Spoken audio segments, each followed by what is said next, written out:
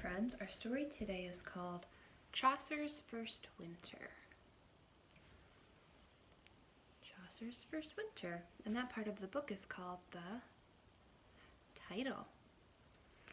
And Stephen Krensky wrote the book, so he's called the author. That's the new one we're talking about. Author.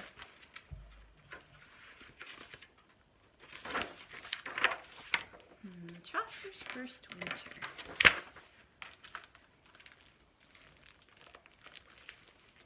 Chaucer was a curious young bear.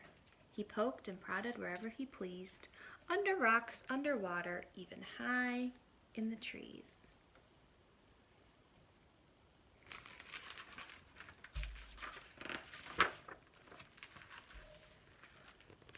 Does this look like winter, friends? Is it winter yet in the book?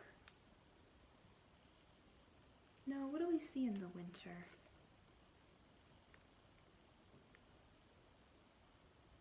We would see snow. Even if we don't see snow, we would see coats and hats and scarves. What season does this look like to you? Remember, there's summer, fall, spring, and winter. I think it looks like spring or summer. It's probably or maybe it's early fall, if winter's next, right? Chaucer's best friends were Nugget and Kit. They were a little older than he was. "This winter," said Nugget, "we're going to miss you a lot." "Really?" asked Chaucer. "Where will I be going that you're missing me?" "Sleeping," said Kit. "That's just what bears do."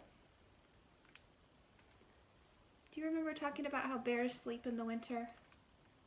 There's a big word for it. Bears sleep all winter long, and it's called hibernating. See if you can remember that by the end of the book. Hibernating is when a bear sleeps for many months. Chaucer's parents admitted that the news was true. "Bears do like to snooze," his father observed. "It's very restful," his mother added, "which is good for growing bears."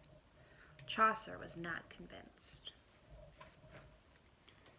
He's got berries on his mouth from the picnic. How do you think he feels about the idea of sleeping all winter long? Yeah, he doesn't want to, does he?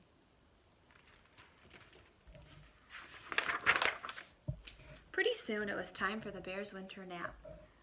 Chaucer's parents closed their eyes and began softly snoring. Chaucer was still wide awake, so he stood up, he stretched, then he went back outside.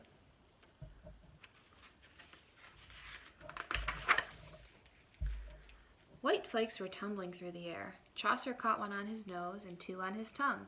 They were wet to the touch and they melted away. "It's magic," he said. Look, were his parents really sleeping? No. What were they doing? Pretending.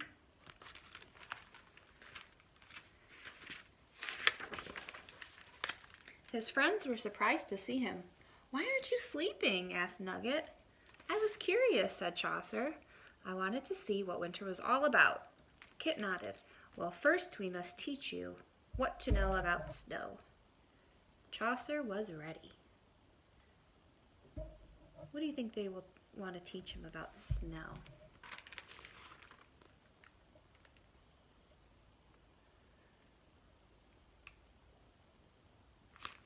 Maybe how to sled ride or do snow angels. Let's see. Chaucer saw that the snow made everything look different. "It's like the land is wearing a disguise," he thought. He paused uncertainly at the top of one familiar hill. "How do we get to the bottom?" he asked. "You'll see," said Kit. And they had themselves a wild ride. Looks like they just slid down on their bottoms. Over the next few days, Chaucer learned all about snowball fights,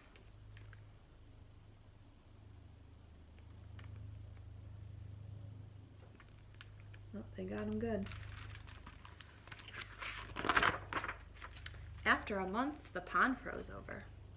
Careful, said Nugget as they stepped out. Kit nodded. You have to get used to it. Wow, look at the squirrel go on his little paws. Chaucer's paws felt funny on the ice.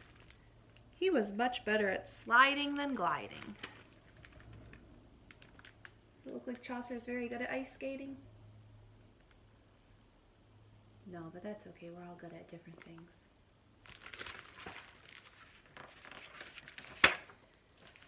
Chaucer loved everything about winter. The glittering rows of icicles, the pine trees dressed in white. He even enjoyed the coldest winter nights. Look how cozy. Who's watching him, though? His mom and dad. Do you remember what these are called that we just read? Or did you know already? Those are icicles. Some of us have icicle lights up, and some of us have real icicles. I saw some at some of your houses.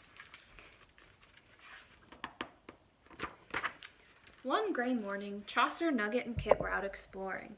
It started to snow, and it started to blow. Chaucer sniffed the air deeply and began making giant snowballs.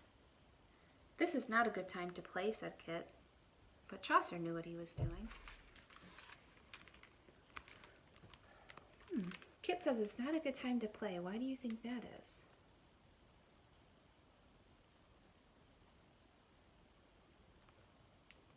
Maybe Kit knows that bad weather's coming, if it's snowing and blowing. He built them a safe place to watch the storm pass. Yep, there was a snowstorm. They built an awesome snow fort, which is not easy in real life. But animals are good at those kinds of things. Oh, and the poor parents got snowed on really hard.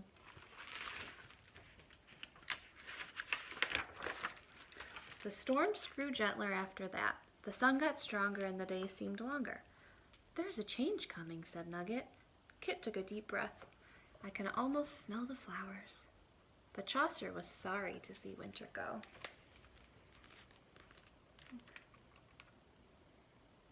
How does Chaucer feel about winter leaving? Maybe kind of bummed, not so sure. A little bit blue zone. His friends are ready for spring, though. They look very pleased. He must have had a lot of fun. Chaucer headed back to his family's cave. When he got there, his parents seemed to be just waking up. Wait till you hear about winter, said Chaucer. There's so much to do. Really? Asked his mother. Who would have guessed, his father added. Chaucer wanted to tell them all about snow and ice and sledding down hills. He really did. He wanted to. It sounds like he's not going to get the chance. Why do you think that is? Let's see. But the rest of his story was going to have to wait. Because he's sleeping. And when a bear sleeps for a long time, what is that called? Starts with hibernating. He's hibernating. He's starting his hibernating kind of late. It's already spring. So when the snow starts to fall more often, and when we start to feel tired of being cold and walking on slippery, slushy ice, what season will we be waiting for? The season where hibernating animals wake up. Spring. But first we have to enjoy winter. And it will be fun, as we saw last week. Hopefully we'll get more snow soon. Bye, friends.